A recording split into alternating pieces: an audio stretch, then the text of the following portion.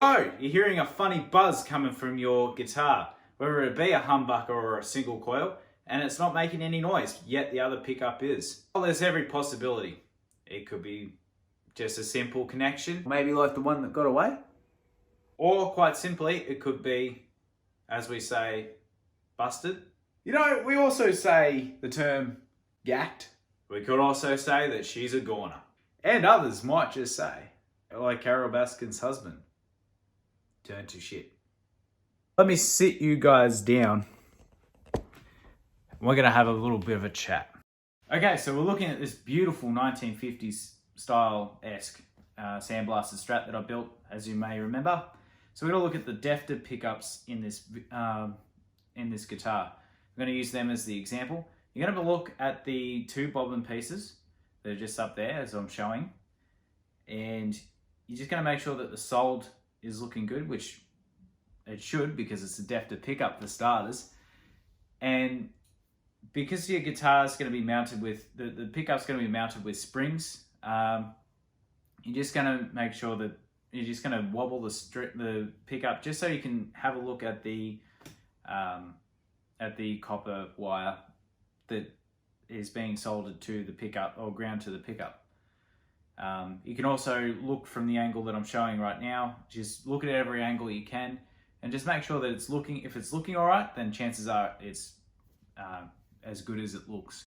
So then the next step is you're going to be looking at the wires themselves, the white and the black cable, the ground and the hot cable. You're just going to wriggle them, just pull them tight. If they feel tight or like there's no play in them, then chances are the connection between those two solder joints I just told you about meeting the copper wire with those two cables. So this next part, you're looking at the volume pot, which is the next step of the soldering process. And you're going to make sure that the solders are pretty good. In this case, it wasn't really my best solder. I did notice afterwards the bridge pickup wasn't looking that crash hot, but hey, it did end up working well at the time, so chances are I'll fix that up next time. Then the other step you're going to be looking at is the switch. Make sure that the white cable going to the switch is into the corresponding pickup selection is in connection as well. Now, if all of that is working and it's hunky-dory and all the other good stuff, then chances are you have a internal issue with the pickup itself. So maybe somehow it was dinged in the process of being built, or all these other weird random variables, maybe just some sort of unusual phenomenon just happened with the copper wire when it was being wound in the winding process, which is very hard to happen because a lot of companies now make sure that the pickups are, that's not going to happen.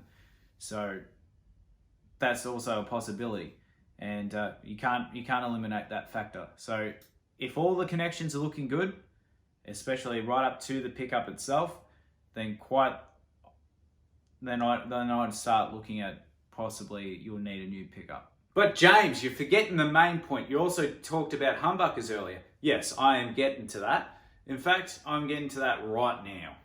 So with humbuckers, you have a couple of more wire connections that you have to think about, and some of them aren't actually being used within the pickup in terms of the connection.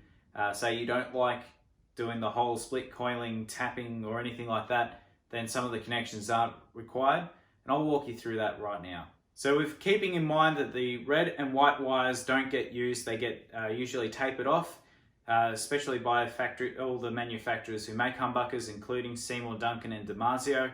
As you can see above, I have a humbucker connection. As you can see, it's going black cable to the switch, and the green cable, and which is normally the hot cable, as well as a ground cable going to the both to the volume pot. And of course that's the ground cable is allowing for the hum filtering all the capabilities of a humbucker.